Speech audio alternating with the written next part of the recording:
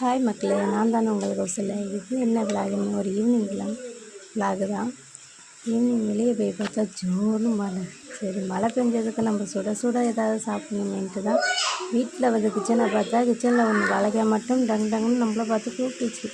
வாழைக்காய் போய் பார்த்தா வாழைக்காய் இருந்துச்சு, பச்சி மாவு இல்லை.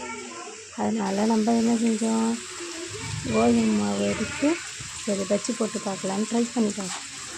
செம்ம சூப்பராக இருந்துச்சு. அதையும் நீங்களே பாருங்கள். கோதுமை மாவு, அரிசி மாவு, சோடா உப்பு, பெருங்காயம், சில்லி பவுடர், லைட்டாக மஞ்சத்தூள், கரம் மசாலா கொஞ்சம் ஒரு ஸ்பூன் போட்டால் போதும். சோடா உப்பு போட்டாங்க, உப்பு தேவையான அளவு போட்டு மிக்ஸ் பண்ணி வச்சுட்டு ஒரு 10 நிமிஷம் போல் கொஞ்சம் ஊற விடுங்க. ஊற விட்டுட்டு அதுக்கப்புறம் வாழைக்காய் போட்டு சீவி எடுங்க, வச்சு போடுங்க. செம்ம சூப்பராக வந்துச்சு. கடையோட மிச்சமாக அடிச்சிக்க முடியாத அளவுக்கு பஜ்ஜி சூப்பராக வந்துச்சு. சாஃப்டாகவும் இருந்துச்சு, டேஸ்ட்டாகவும் இருந்துச்சு. பார்த்தாலே உங்களுக்கு தெரியும் எவ்வளோ சாஃப்டாக இருக்குன்ட்டு. கடை பஜ்ஜி மாதிரியே இருந்துச்சு. நிறைய வீட்டில் வந்து எல்லோரும் நல்லா இருக்குன்னு சொல்லி சாப்பிட்டாங்க. அது மாதிரி நீங்களும் வீட்டில் செஞ்சு பாருங்கள், டேஸ்ட்டாக இருக்கும்.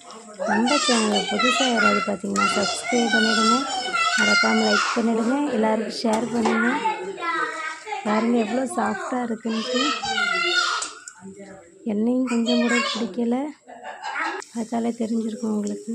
நல்லா பப்புன்னு ஊற்றி வந்துருக்கும்.